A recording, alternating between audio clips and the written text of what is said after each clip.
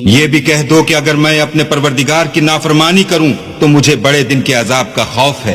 جس شخص سے اس روز عذاب ٹال دیا گیا اس پر اللہ نے بڑی مہربانی فرمائی اور یہ کھلی کامیابی ہے۔ اور اگر اللہ تم کو کوئی سختی پہنچائے تو اس کے سوا اس کو کوئی دور کرنے والا نہیں، اور اگر نعمت و راحت عطا کرے تو کوئی اس کو روکنے والا نہیں۔ وہ ہر چیز پر قادر ہے اور وہ اپنے بندوں پر غالب ہے اور وہ دانا اور خبردار ہے۔ ان سے پوچھو کہ سب سے بڑھ کر قرین انصاف کس کی شہادت ہے؟ کہہ دو کہ اللہ ہی مجھ میں اور تم میں گواہ ہے، اور یہ قرآن مجھ پر اس لیے اتارا گیا ہے کہ اس کے ذریعے سے تم کو اور جس شخص تک وہ پہنچ سکے آگاہ کر دوں۔ کیا تم لوگ اس بات کی شہادت دیتے ہو کہ اللہ کے ساتھ اور بھی معبود ہیں؟ اے محمد صلی اللہ علیہ وآلہ وسلم کہہ دو کہ میں تو ایسی شہادت نہیں دیتا۔ کہہ دو کہ صرف وہی ایک معبود ہے، اور جن کو تم لوگ شریک بناتے ہو میں ان سے بیزار ہوں۔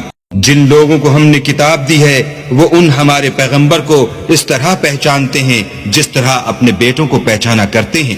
جنہوں نے اپنے تئیں نقصان میں ڈال رکھا ہے وہ ایمان نہیں لاتے۔ اور اس شخص سے زیادہ کون ظالم ہے جس نے اللہ پر جھوٹ افطرا کیا یا اس کی آیتوں کو جھٹلایا؟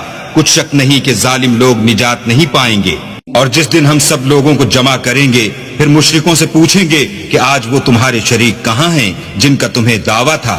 تو ان سے کچھ عذر نہ بن پڑے گا اور بجز اس کے کچھ چارہ نہ ہوگا کہ کہیں اللہ کی قسم جو ہمارا پروردگار ہے ہم شریک نہیں بناتے تھے۔ دیکھو انہوں نے اپنے اوپر کیسا جھوٹ بولا، اور جو کچھ یہ افترا کیا کرتے تھے سب ان سے جاتا رہا۔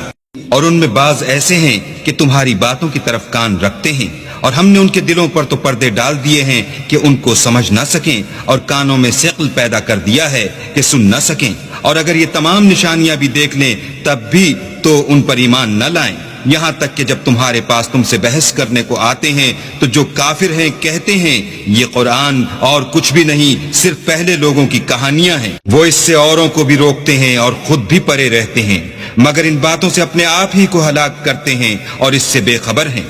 کاش تم ان کو اس وقت دیکھو جب یہ دوزخ کے کنارے کھڑے کیے جائیں گے اور کہیں گے کہ اے کاش ہم پھر دنیا میں لوٹا دیے جائیں تاکہ اپنے پروردگار کی آیتوں کی تکذیب نہ کریں اور مومن ہو جائیں۔